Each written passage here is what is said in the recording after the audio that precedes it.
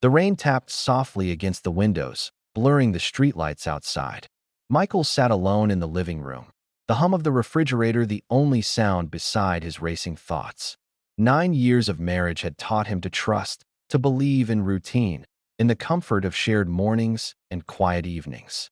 But tonight, something felt off. A text buzzed on Emily's phone, and the casual smile she gave him as she typed felt foreign, rehearsed. The warmth he had known for nearly a decade seemed distant, as if he were seeing her and their life together through a cracked lens for the very first time. Every morning, sunlight filtered gently through the kitchen curtains, falling across the wooden table where 2 cups of coffee always waited. One slightly stronger, one sweetened just right. The little 2-story house on Maplewood Lane wasn't perfect, but it was home. Michael sat by the window, his laptop open, jazz softly playing in the background. The comforting smell of toast and coffee reminded him that life, despite all its imperfections, could still be beautiful. Emily hummed quietly as she prepared breakfast, wearing his old gray sweater that hung loosely on her shoulders. To anyone looking from the outside, they were the kind of couple people envied, stable, kind, loving, married for 9 years, still sharing smiles in the morning. But under the surface, something was changing. Lately, Emily had been distant. Her phone was always face down. She laughed less. Sometimes she stared at nothing for long moments, lost in thoughts she didn't share. Michael noticed, of course he did, but told himself it was just stress from work. People change. Phases pass. Love, he believed, could survive anything if you just stayed patient. He didn't know it yet, but the smell of coffee that filled their home each morning would soon become a scent tied forever to heartbreak. Michael had always been the steady one, quiet, reliable, the kind of man who never forgot birthdays or anniversaries. He didn't chase excitement. He built it brick by brick through stability. His life was a rhythm of small, good habits, morning runs, work, dinner with Emily, a movie before bed. Emily was different. She was light where he was weight, color where he was calm. Before they married, she worked as an art teacher, full of energy, laughter, and impulsive dreams. Michael loved that about her. He used to say she was the wild note that made his song complete. But after years together, the spark had dulled. Not because they stopped loving each other, but because life had slowly filled with responsibilities. Bills, deadlines, predictable weekends. Michael still adored her, but he had stopped noticing the small things she craved: attention, excitement, surprise. Emily, meanwhile, felt something she couldn't explain, a quiet emptiness that grew each day. She didn't want to hurt Michael, but she wanted to feel alive again. At work, a new project started. A new team, a new colleague, charming, confident, funny in ways Michael never was. His name was Alex. He noticed her immediately, and for the first time in years, Emily felt seen. It started small, almost invisible. One evening, Michael came home later than usual. The house was quiet, too quiet. The lights were dim, dinner cold on the table. Emily was in the living room, typing something on her phone. When he entered, she quickly locked the screen and smiled. "Hey, you're home early," she said. He checked the time. It was nearly 8 p.m. Early, he repeated, confused. She laughed it off, walking to the kitchen, her tone light but nervous. The next morning, Michael noticed a scent he didn't recognize. Not the familiar perfume Emily always wore, but something stronger, more expensive. When he asked, she shrugged. "Oh, just a sample I tried at the mall." It didn't feel like a lie, but it didn't sound like the truth either. In the following days, there were other little things. Phone calls taken in another room, sudden work meetings after hours, a change in how she dressed, subtle but deliberate. Michael told himself he was overthinking. Everyone goes through phases. Still, at night, while Emily slept peacefully beside him, he'd stare at the ceiling, the unease quietly growing inside him. And yet, each morning, she smiled the same familiar smile. The one that said, "You're imagining things." The distance between them wasn't loud, it was silent. No arguments, no shouting, no accusations. Just quiet dinners and colder nights. Michael tried to bring back their old rhythm. A weekend trip, movie nights, her favorite restaurant. Emily smiled, played along, but there was a wall now. Invisible, but solid. Sometimes, when she thought he wasn't looking, her face would change. Her eyes drifted somewhere else. like she was living another life in her mind. At work, she texted more often. Her phone was always near her hand, but never face up. Once, when Michael walked into the kitchen, she flinched and quickly turned the screen away. He asked softly, "Who was that?" She smiled. "Just a friend from work." Her voice was calm, almost too calm. Michael tried to shake it off. He didn't want to be the jealous husband. He trusted her. He needed to trust her. But every time her phone buzzed, every time she laughed at something she didn't share, it felt like another thread of their marriage was coming loose. That night, he reached out to hold her. She hesitated, just for a second, but he felt it. That second told him more than any word could. And in that moment, he knew something was slipping away. Michael never thought of himself as the suspicious type. But one night, when Emily said she had a late meeting with clients, something inside him refused to stay still. He waited until she left, heels clicking, her perfume lingering in the hallway, and then sat down on the couch, staring at the door long after it closed. He told himself not to overreact, not to check her messages, not to follow her. He failed. He opened her laptop. Just once, he told himself, just to calm his mind. Most of her emails were work-related, but one caught his eye, a message without a subject, from someone named A. When he clicked it, it was empty. Just a single emoji, a heart. He closed the laptop, guilt crashing over him. What if it was innocent? What if he was the problem? Too paranoid, too controlling. When Emily returned home hours later, she smelled faintly of wine and expensive cologne. "How was your meeting?" he asked, voice steady. "Fine," she said quickly. "Just long." She kissed his cheek, her eyes soft, her smile perfect. But her phone buzzed again as she turned away. And when he looked at her reflection in the mirror, he saw her expression, a quick, unguarded smile that wasn't meant for him. That was the moment the trust began to die. Quietly, but completely. Michael began to live two lives. In one, he was the calm, loving husband, sharing breakfast, smiling, pretending everything was normal. In the other, he was an investigator, quietly collecting pieces of a puzzle he didn't want to complete. He started small. When Emily said she'd be home by 9, he noted the time she actually returned. When she mentioned a coworker, he checked her company's website. There was no Alex listed in her department. One night, when she was in the shower, he looked through her purse. Nothing. No notes, no receipts, no clues. Just a new lipstick he hadn't seen before. He began following her, once, just to be sure. She said she was going to meet a friend for coffee. He parked a block away and waited.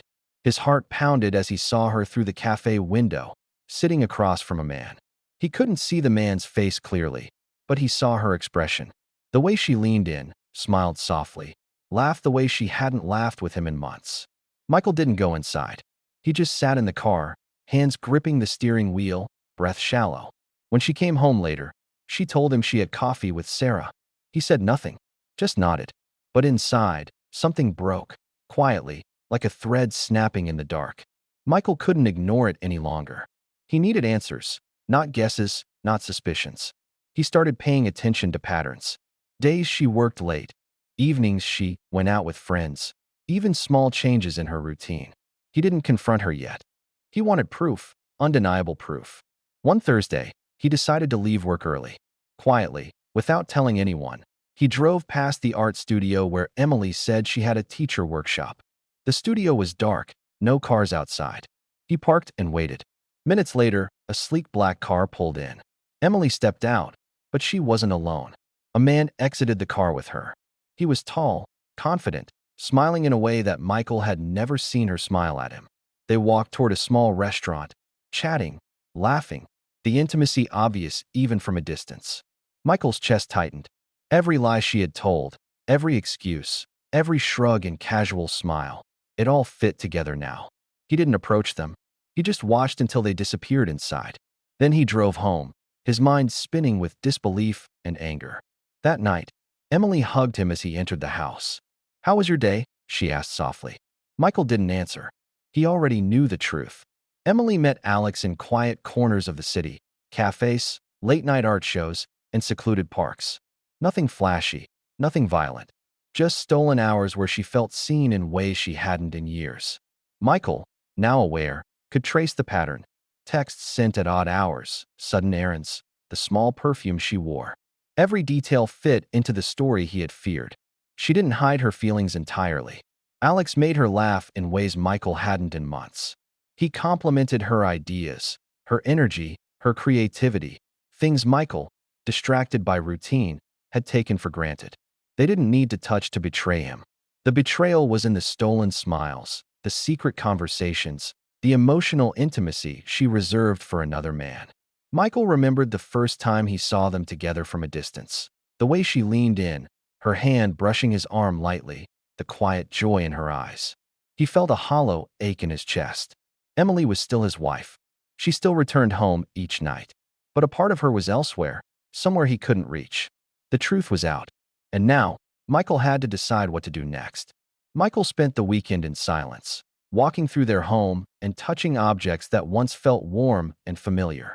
The coffee mugs, the worn sofa, the photo frames. Everything seemed smaller, colder, tainted by the knowledge of Emily's betrayal. He didn't shout. He didn't cry. He sat in the study, phone in hand, drafting the first of many emails to lawyers.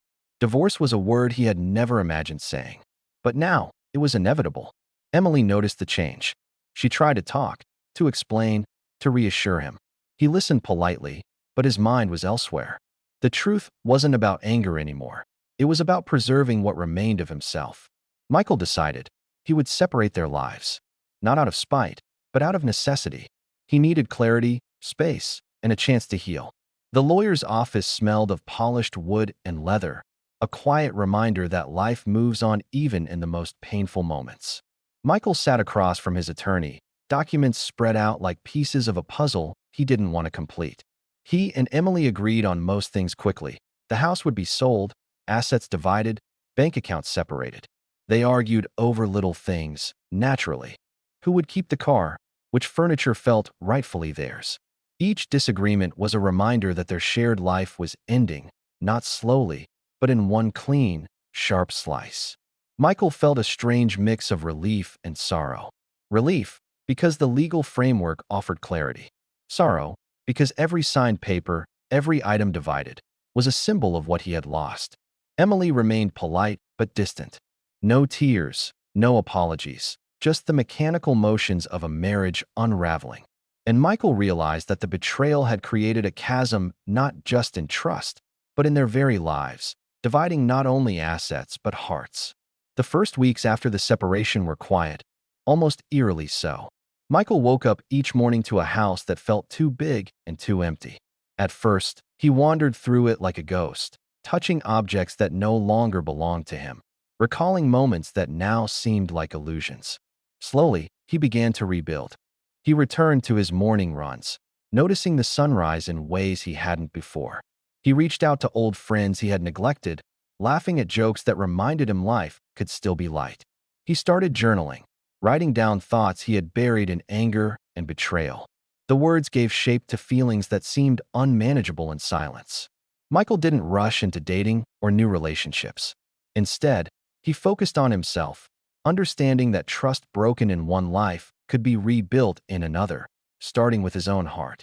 Michael began to embrace solitude not as punishment, but as freedom. He decorated his apartment with care, choosing colors and objects that reflected his personality, not the compromises of a shared life. He took up hobbies he had long abandoned: painting, cycling, even a photography class he had always wanted to try. Each small achievement reminded him that he was capable of joy on his own terms. Friends noticed a change. He laughed more easily, spoke with a quiet confidence, and no longer flinched at phone notifications or unexpected texts. For the first time in years, Michael felt whole again, not because someone else had filled the void, but because he had reclaimed it himself. Michael realized that trust wasn't just about others. It was also about trusting himself. After Emily, he knew he needed to listen to his instincts, honor his boundaries, and protect his peace of mind. He reconnected with colleagues and friends, sharing openly but cautiously, testing the waters of honesty.